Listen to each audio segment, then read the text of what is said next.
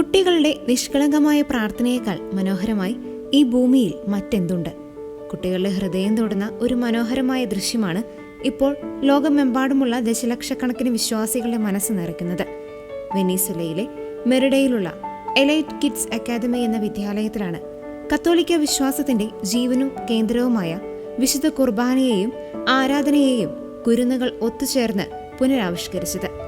Social മീഡിയയിൽ father memo എന്നറിയപ്പെടുന്ന father Raymond ഗൊരേരോ ഗില്ലനെ വിദ്യാലയത്തിലേക്ക് ക്ഷണിച്ചുകൊണ്ടായിരുന്നു ഈ വേറിട്ട ആത്മീയ അനുഭവം ഒരുക്കിയത്. ചെറിയ കളിപ്പാട്ടങ്ങളും പ്രാർത്ഥനാ വസ്തുക്കളും ഉപയോഗിച്ചാണ് കുഞ്ഞുങ്ങൾ അൾത്താര ഒരുക്കിയത്. ഈ വീഡിയോയിലെ ഏറ്റവും മനോഹരമായ നിമിഷം പരിശുദ്ധ ദിവ്യകാരുണ്യത്തിന്റെ എഴുന്നള്ളിപ്പായിരുന്നു. അരുളിക്കയുടെ മാതൃകയ്ക്ക് മുന്നിൽ കുഞ്ഞു കൈകൾ കൂപ്പി മുട്ടുകുത്തി നിന്ന് ആ കൊച്ചുമക്കൾ പ്രാർത്ഥിച്ചപ്പോൾ അവിടെ സന്നിഹിതരായിരുന്ന അധ്യാപകരുടെയും വീഡിയോ കണ്ട ലക്ഷക്കണക്കിന് ആളുകളുടെയും കണ്ണുകൾ ഈറിനണിഞ്ഞു. ഈ വിശുദ്ധ നിമിഷത്തിന്റെ പ്രാധാന്യം അധ്യാപകർ കുട്ടികൾക്ക് ലളിതമായി പറഞ്ഞുകൊടുക്കുകയും ചെയ്തു. ഇൻസ്റ്റഗ്രാമിൽ പങ്കുവയ്ക്കപ്പെട്ട ഈ വീഡിയോ നിമിഷങ്ങൾക്കകമാണ് തരംഗമായി മാറിയത്.